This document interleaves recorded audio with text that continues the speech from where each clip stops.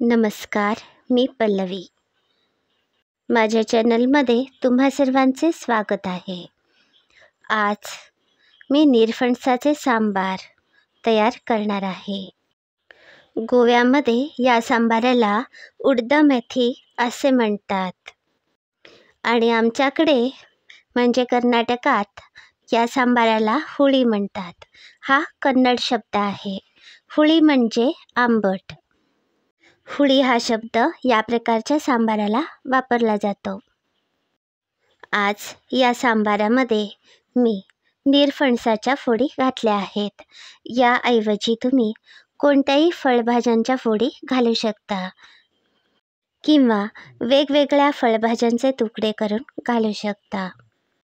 यामध्ये कडधान्येसुद्धा घालू शकता. मसाला कॉमन आहे. दक्षिण कन्नड जिल्ह्यामध्ये घरोघरी तयार केला जाणारा हा पदार्थ. आमच्याकडे घरी रोज या प्रकारचे सांबार तयार केले जाते. रोज वेगवेगळ्या भाज्या किंवा सुरण, अळू, वेगवेगळ्या प्रकारची मुळे किंवा कोणत्याही फळभाज्या यामध्ये वापरल्या जातात. हे सांबार भातावर घेण्यासाठी करतात किंवा जेव्हा इडली करतात त्यावेळीसुद्धा या प्रकारचे सांबार तयार केले जाते. तर आज आपण या 2 निरफणसांचे सांबार तयार करूया. हे 2 निरफणस स्वच्छ धुवून घेऊया. सगळ्यात आधी हा निरफणसाचा देठ काढून घेते आणि याप्रमाणे या निरफणसाची साले आपण काढून घेऊया.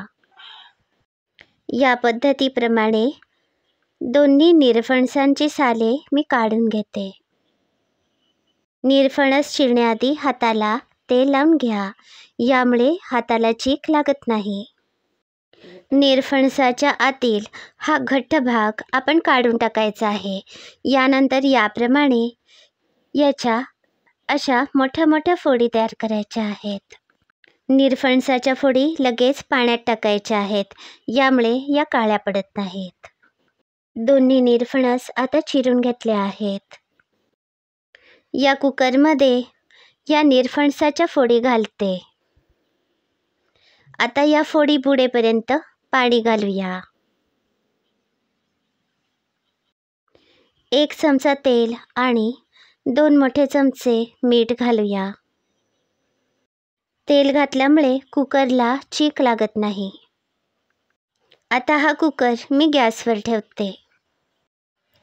गॅसवर मंद आचेवर ते मध्यम आचेवर हा कुकर मी ठेवला आहे.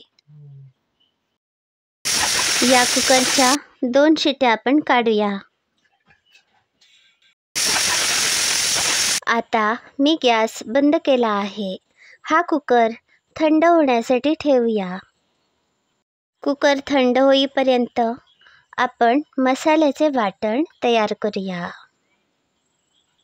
मसाल्याचे साहित्य: 1 ओला नारळ, थोडासा हिंग, कढीपत्त्याची पाने, 4 चमचे धने, 1 चमचा जिरे, 2 मोठे चमचे चणा डाळ, 1 लहान चमचा मेथीचे दाणे, 1 लहान चमचा हळद, चवीप्रमाणे गूळ, थोडीशी चिंच, 2 मोठे चमचे उडीद डाळ, 7 ते 8 सुक्या मिरच्या.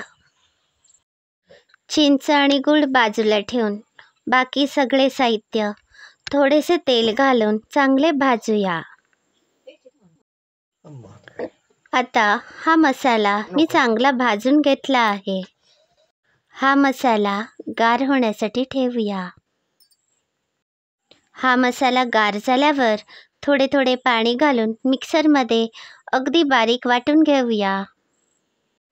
हे बघा, आता आपले वाटण तयार आहे.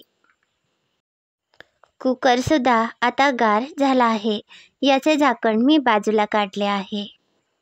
हे बघा, निरफणसाच्या फोडी आता चांगल्या शिजल्या आहेत.